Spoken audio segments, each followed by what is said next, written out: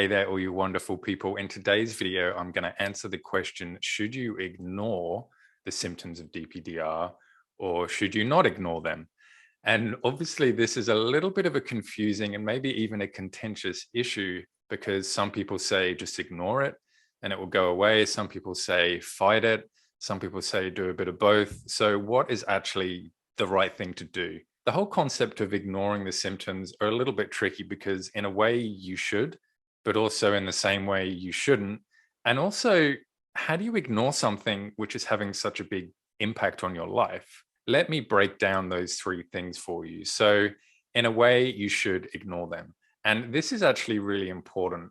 And I'll tell you why it's important, because if you start to really focus on them, then what you do is you start to really sort of wonder, why am I having this? What's happening? You start to do research, you start to get in all the groups and sort of go down that rabbit hole. If you do end up doing that for too long, you might come across information that you don't want to see, such as, oh, I've had DPDR for 20 years. I've tried everything and nothing seems to work. This is going to scare the absolute crap out of you. And, obviously that's not a good thing. So when it does come to ignoring it, what I'd say is, don't necessarily ignore your symptoms, but perhaps resist the urge to start really researching every single symptom. Another way that you should also try and ignore them is regarding checking in with yourself. Because what a lot of people actually say is they'll say, well, I feel fine until I check to see if I'm feeling fine. And then obviously they sort of experience everything again. So this is another way that you should ignore them. One of the reasons for not ignoring them is because the symptoms are basically there for a reason. They're telling you that something isn't quite right now.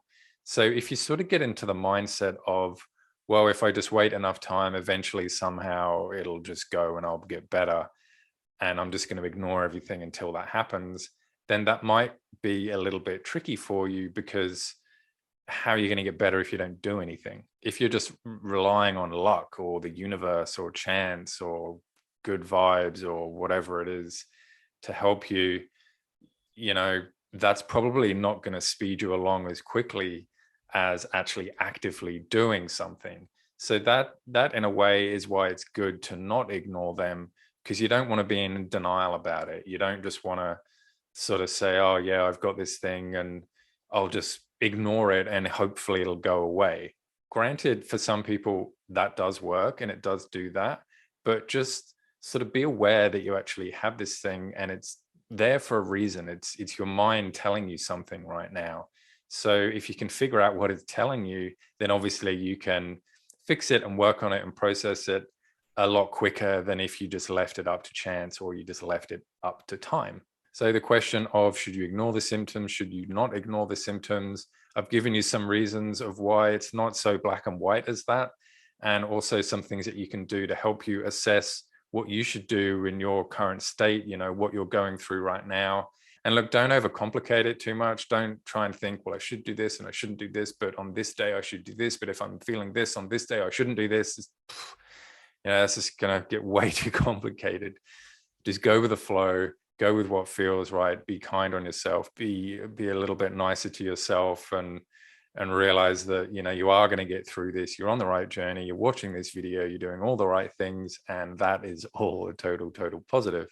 So, my friends, I hope you've liked the video, and I really hope that it has helped you. And until next time, I'll see you all in the next video. Bye.